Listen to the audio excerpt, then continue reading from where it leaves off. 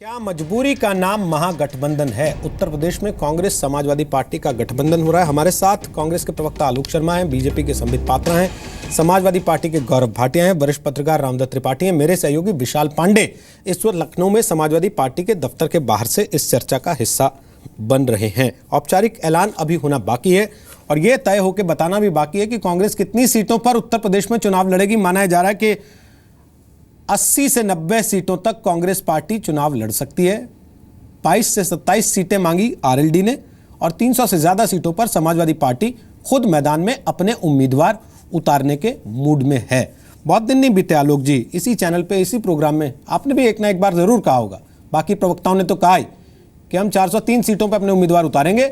शीला जी हमारी कैंडिडेट है सीएम की और आप देखिएगा राहुल जी के नेतृत्व में हम लोग उत्तर प्रदेश में अपनी सरकार बनाएंगे। इतनी जल्दी सर, अभी तो चुनाव की तारीखों का ऐलान हुआ और आप लोगों को ग्राउंड रियलिटी का एहसास हो गया कि नहीं ना शीला दीक्षित चलेंगी ना राहुल गांधी। रोहित जी मैं हमेशा जो स्टेटमेंट देता हूं बहुत सोच समझ के देता हूं। मेरी कभी स्टेटमेंट आपको ये नहीं मिलेगी मैंने कहा हो कि हम उत्तर प्रदेश में सरकार बनाने जा रहे हैं। मैंने हमेशा कहा हमारा नंबर ऑफ वोट भी बढ़ेगा, नंबर ऑफ परसेंटेज भी बढ़ेगा और सीट्स भी बढ़ेंगी। जहां तक बात आज मुद्दे की है, देखिए जिस तरह से आज उत्तर प्रदेश में अभी गठबंधन अनाउंस भी नहीं हुआ है और बीजेपी और तमाम टीवी चैनल्स किस तरह से दिखा रहे हैं कि साहब मजबूरी हो गई है, तो क्या पंजाब में मजबूरी है बीजेपी की? क्या 18 जो पार्टियों के साथ सरकार केंद्र में चल रही है वो मजबूरी है? क्या उत्तर प्रदेश में कई पार्टियों के साथ आपको नहीं पता क्या है मजबूरी? नहीं मैं समझ, चलिए मैं मानता हूँ सरकार चलाने के लिए होगा। 10 साल राज करके सर उनका ना मुख्यमंत्री ना उप मुख्यमंत्री, लेकिन उसके बाद भी वो कहें कि हम सरकार चला रहे हैं तो आप उसको मजबूरी नहीं कहेंगे तो सर क्या कहेंगे? सर रोहित जी देखिए आज मजबूरी किनकी है? जो लोग जो डूबते जहाज को कांग्रेस बता रहे हैं और उससे निकलने वाले चूहों के सहारे अपनी बैतरनी पार करना चाहते हैं, बीजेपी मजबूरी में है, कांग्रेस पार्टी नहीं है। आज मजबूरी में देश आ गया है कि जिस तरह से आरएसएस के एक प्रचारक ने पूरे देश को झूठे सपने दिखाकर गुमराह किया, पूरा देश आज मजबूर कर दिया है। आरबीआई के चारों तरफ आज इतिहास में पहली बार हुआ है कांग्रेस ने धरना प्रदर्शन और घेराव किया है। संवैधानिक संस्थाओं को कूड़े के कचरे में डालने का काम जो बीजेपी कर रही है, यह मजबूरी है। गांधी जी का फोटो हटाकर एक आरएसएस का प्रचारक अपनी फोटो लगा रहा है। आज देश की मजबूरी यह है।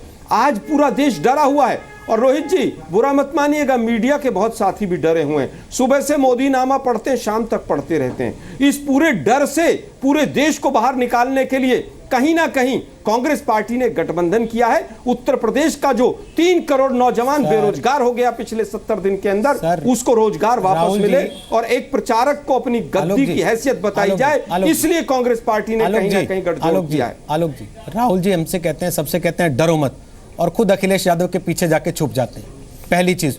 और दूसरा जो त्रिपाठी जी ने कहा उस पर तो आपने जवाब ही नहीं दिया, लड़ाई करा दी सर आपने। पत्रकार होने के नाते ये इस तरह का बयान जो आपका है, ये आपकी मानसिकता बताता है। सवाल है मेरा, कौन किसके पीछे जाकर सवाल है सर, मेरा सवाल है। कह रहे हैं कि अखिलेश जी कह दीजिए कि नहीं छुपे, ऐसा क्यों है? आप कह दीजिए ना सर कि नहीं छुपे। आपके सवाल में ही आप कह दीजिए ना सर कि नहीं छुपे, भावना है वही प्रश्न कह दीजिए ना कि नहीं छुपे।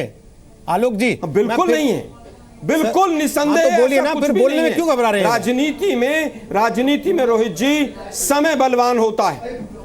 ठीक है, आपका समय खराब चल रहा है ये कह रहे हैं आप, इसलिए आपने गठबंधन किया, ये कह रहे हैं? नहीं मैं नहीं कह रहा हूं। तो आप ही ने कहा समय बलवान होता है, समय अखिलेश का बलवान चल रहा है तो हम उनके साथ खड़े हो गए जाके। डर की समय बलवान होता है, एक मुहावरा है, आप इसको किस रूप में लेंगे ये आपके ऊपर निर्भर करता है। आप बता रहे हैं मैं उसके रूप में लूंगा ना सर। गठबंधन अनाउंस होने से पहले बीजेपी हार गई है। संबित पात्रा, बिहार में भी आपने बड़े बड़े दावे किए थे जीत के, बिहार में भी आप लोगों ने कहा गठबंधन नहीं ये ठग बंधन है, और जनता ने आप ही को ठग लिया सर। आज भी आपके पास सीएम का एक कैंडिडेट नहीं है उत्तर प्रदेश में, आप कहते हैं हमारे पास पूरी लिस्ट है। उसके बाद पेश किसको करेंगे सर? रीता बहुगुणा जोशी को या एनडी तिवारी को? किसको बनाएंगे सर सीएम उत्तर प्रदेश का? अब सुन लीजिए, मैं बताता हूं। अभी नंबर 1 देखिए, मजबूरी की कहानी यूं है कि ये साइकिल पंचर हो गया है। ये संबित पात्रा ने या हमारे पार्टी किसी ने नहीं कहा था, ये साइकिल पंचर हो गया है, ये खाट सभा के दौरान आदरणीय राहुल गांधी जी ने कहा था। दूसरी बात, ये अखिलेश अच्छा लड़का तो है मगर अच्छा मुख्यमंत्री नहीं है, ये तो कोई भारतीय जनता पार्टी के प्रवक्ता ने नहीं कहा था, इनके राहुल गांधी ने ही कहा था। पहले तो कहा अच्छा लड़का है, बाद में जब इनके प्रवक्ताओं से पूछा गया और खास करके आरपीएन सिंह जी से पूछा गया तो उन्होंने उसकी क्लैरिफिकेशन एक प्रेस कॉन्फ्रेंस करके कहा अच्छा लड़का है, मगर अच्छा मुख्यमंत्री बिल्कुल नहीं, गवर्नेंस नहीं हुआ। मैं आपके बीच में नहीं बोल रहा था, थोड़ा शांति से आप नहीं सुन लीजिए। घबराता कौन है? जो बीच डिबेट में चिल्लाता है वो घबराता है। मैं बिल्कुल आपके समय चिल्ला नहीं रहा था, तो आप घबराहट में मत आइए, मुझे बोलिए। मैं चिल्ला नहीं रहा हूं, मैं तो सीधा हंस के देखिए ये जो प्रचारक और व्यभिचारी आपके जो बिहार के चुनाव में आप मन में हंसिए, 150 स्टैंप पेपर मन में हंसिए, डिबेट करनी है, मन में हंसिए। बिहार के बारे में भी जवाब दूंगा। यूपी में रोहित जी मैं जवाब दे सकता हूं। आलोक जी जवाब इनको बोलिए जरा, मन में हंस लेंगे। आलोक जी जवाब सुन लीजिए, मन में हंसने के लिए बोलिए, थोड़ा उनका मलाल ना रहे कम से कम कि आप लोगों ने टोका टाकी की। बोलिए संबित पात्रा पूरा कीजिए, फिर गौरव भाटिया के पास भी जाइए। बोलिए। नहीं ये रोहित जी मुझे भिक्षा में समय नहीं चाहिए कि थोड़ा आपके अधिकार का समय मिल रहा है पात्रा जी, उसका इस्तेमाल कीजिए। मुझे कोई आपत्ति नहीं। आपके अधिकार का समय मिल रहा है, उसका इस्तेमाल कीजिए। बिल्कुल। नंबर 1 बिहार के, धन्यवाद आपने अधिकार कहा।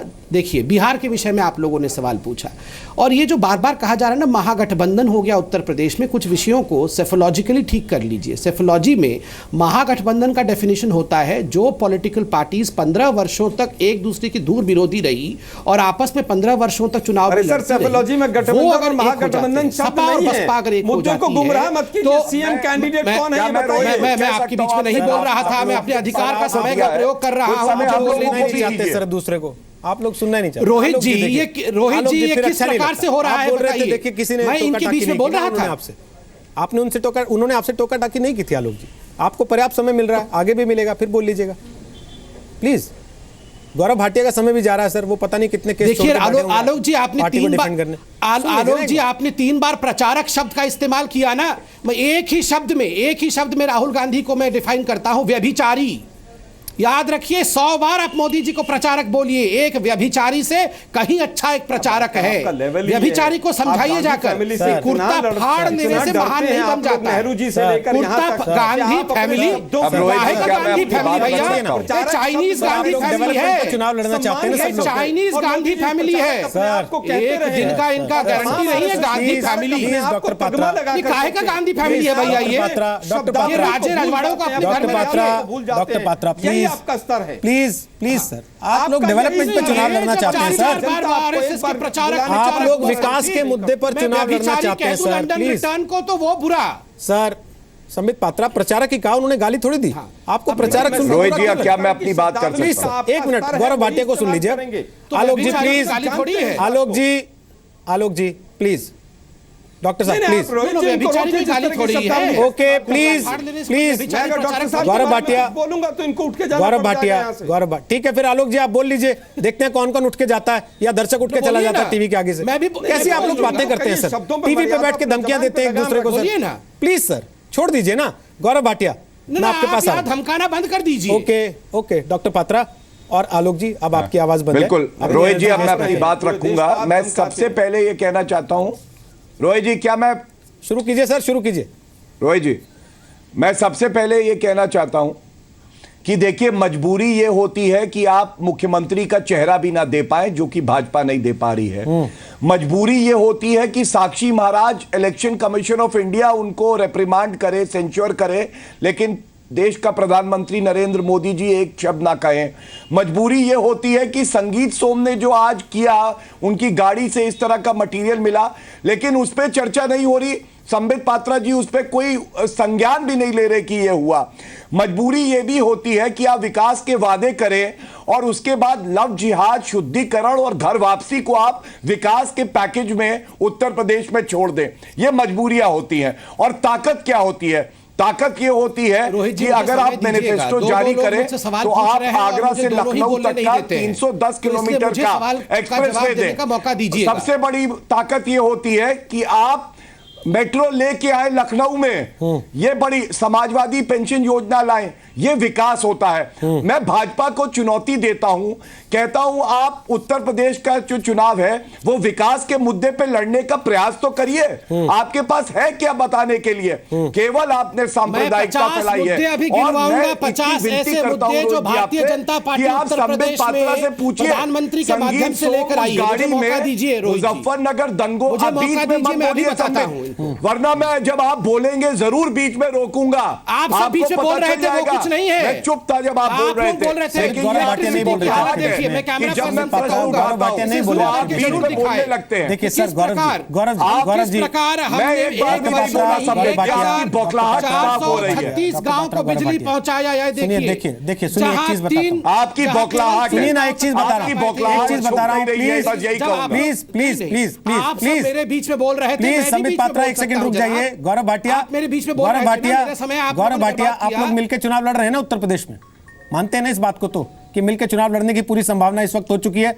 आलोक जी ने तो रोहित जी कह सर, दिया, आलोक जी ने साफ कर दिया ना सर, आलोक जी ने साफ कर दिया कि अखिलेश जी इतने बड़े राज्य में 5 साल में पूरा कायापलट कैसे कर देंगे, कहा ना उन्होंने सर।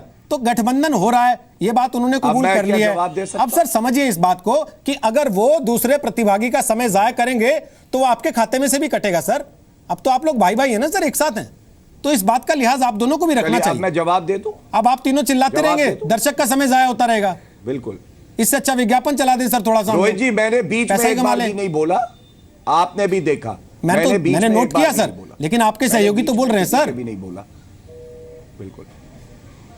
अब सुनिए, बोलिए। मैं आपको यह बता दूं, आपने कहा कि क्या ये होगा, जब सही समय आएगा तो हमारी लीडरशिप है, मुलायम सिंह यादव जी हैं, अखिलेश यादव जी हैं, ये इस बात की घोषणा करेंगे। ठीक है। और ये देखिए, अखिलेश यादव जी की ही शख्सियत है कि कोई अगर उनकी आलोचना भी करता था तो उसको आज उन्होंने गठबंधन के लिए, बातचीत के लिए तैयार किया है। ये उनका नेतृत्व क्षमता है। और राजनीति में जो आपके विरोधी भी हों, उनको समझा के अपनी तरफ जीत के लाना एक अच्छे कुशल नेता का ही जो है गुण होता है। ये गुण हर किसी में नहीं होता कि अकेले ही पूरे भारत को चला लूंगा। ठीक है, संबित पात्रा, क्या समाजवादी पार्टी और कांग्रेस के गठबंधन के खिलाफ बीजेपी में इतनी ताकत है कि वो विकास के एजेंडे पे अकेले चुनाव लड़ सके, जो चैलेंज अभी दिया गौरव भाटिया ने आपको? या फिर राम मंदिर आएगा दोबारा से, या फिर हिंदू मुस्लिम होगा दोबारा से, या फिर मुजफ्फरनगर याद कराएंगे दोबारा से, या फिर कहेंगे कि गौ माता की रक्षा करना चाहते थे, बड़े कानून नहीं दे पाए आप लोगों को? देखिए, मैं इतना कहना चाहता हूं कि जो उदाहरण मैं दे रहा था कि 1435 गांव को अगर हम 2 वर्षों में इलेक्ट्रीफाई कर सकते हैं और मात्र 3 गांव 2012 से 2014 के बीच इलेक्ट्रीफाई हुआ, तो ये काम बोलता है। और देखिए, ये अगर डरे नहीं हुए होते तो ये अकेले अकेले चुनाव लड़ते। अखिलेश जी को ये जो थेरेपी हुआ है, ये जो पूरा पिता पुत्र थेरेपी, जिसमें उनको डिटर्जेंट पकड़ के साफ कराया गया है ताकि इन पे किसी प्रकार का एंटी इनकम्बेंसी नहीं चिपके, ये करने की आवश्यकता क्या पड़ती है? थेरेपी, ये थेरेपी एंड डिटॉक्सिफिकेशन थेरेपी मैं जवाब देना चाहता हूं ताकि किसी प्रकार अखिलेश जी को बचाया जाए। और फिर कैरियर में राहुल गांधी जी क्यों बैठे हैं? अगर इतने सक्षमता इनमें डेवलपमेंट के बल पे होता तो आज ये सब करने की आवश्यकता नहीं पड़ती। और आज जनता मोदी जी के साथ क्यों है? क्योंकि डेवलपमेंट ही बोल रहा है। एक क्विक रिप्लाई है रोहित जी। बोलिए गौरव, छोटा रखिएगा प्लीज, त्रिपाठी जी के पास जाना मुझे। रोहित जी, हाँ बिल्कुल, एक प्री पोल अलायंस करके जनता के बीच में जाना और उनका विश्वास जीत के सरकार बनाना बेहतर है, या जो भाजपा ने किया, पीडीपी के साथ समझौता किया जबकि पीडीपी का विरोध करते रहे जम्मू एंड कश्मीर में, क्या बेहतर है आप बताइए? मैं समझता हूं अगर दोगलापन किसी ने दिखाया है भारतीय राजनीति में तो भाजपा से ज्यादा किसी ने नहीं दिखाया। सत्ता की भूख के लिए वो अपने जितने प्रिंसिपल है उसको सवाल हो गया बेचने के सर, लिए बिल्कुल तैयार सही, खड़े। आपका सवाल हो गया। संबित जवाब दीजिए, फिर मैं त्रिपाठी जी के पास जा रहा हूं। बोलिए संबित। देखिए, जम्मू कश्मीर में 25 और 28 सीट मिलती है दो पार्टी को, एक पार्टी को 11 सीट मिलती है, उससे किसी की सरकार नहीं बन पाएगी। तो क्या जम्मू कश्मीर में पोल अलायंस क्यों नहीं किया? संबित भाई, प्रश्न ये है, आप एक समझदार प्रवक्ता है, हमें पोल में कैसे आ गए आप? अरे अगर सरकार नहीं बन पा रही है तो सर, मैं फिर आप बीच में, मैं तो उत्तर दे रहा हूं। सरकार नहीं बन पाने पर सोम है मेरा दूसरा सवाल, लगा देना चाहिए। साक्षी महाराज है तीसरा सवाल, प्रेसिडेंट रूल लगा देना था।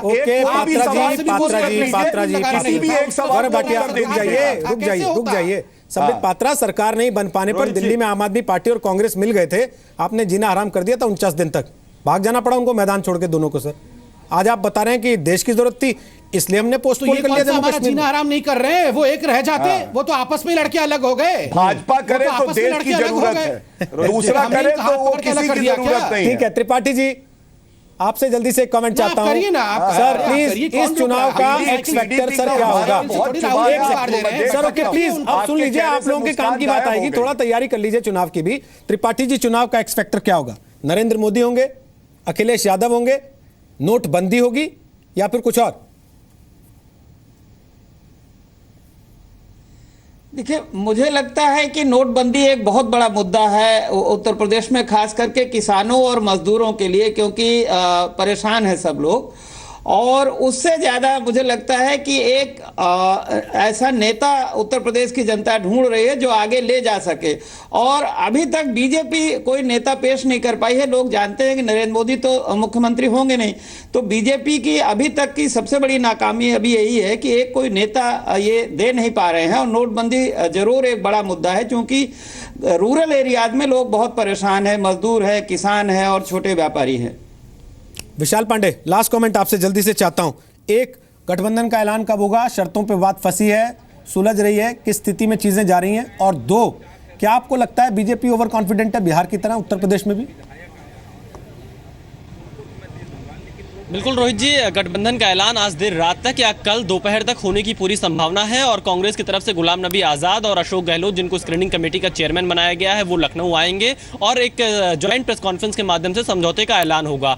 दूसरा सवाल बीजेपी को लेकर है, तो बीजेपी के सामने भी मजबूरी है, इसीलिए वो दो सहयोगी दलों के दो दलों के साथ गठबंधन करने की कोशिश में है। एक अपना दल है जो कि अनुप्रिया पटेल के साथ है, दूसरा एक भारतीय समाज पार्टी है, पूर्वांचल की पार्टी है। इसलिए भाजपा भी बैसाखी के सहारे है, क्योंकि उसे भी पता है कि जब तक जातीय और क्षेत्रीय समीकरण नहीं फिट करेंगे तब तक चुनाव जीतना बड़ा मुश्किल होगा। और कॉन्फिडेंस भाजपा को जरूर है कि नरेंद्र मोदी के चेहरे पर चुनाव जीत जाएंगे, लेकिन जमीन पर जो उनके नेता है या चेहरा है वो अभी तक विकसित नहीं कर पाई है भाजपा। रोहित जी, चलिए, कॉन्फिडेंस तो दिल्ली में भी बहुत था और कॉन्फिडेंस बिहार में तो उससे भी ज्यादा था।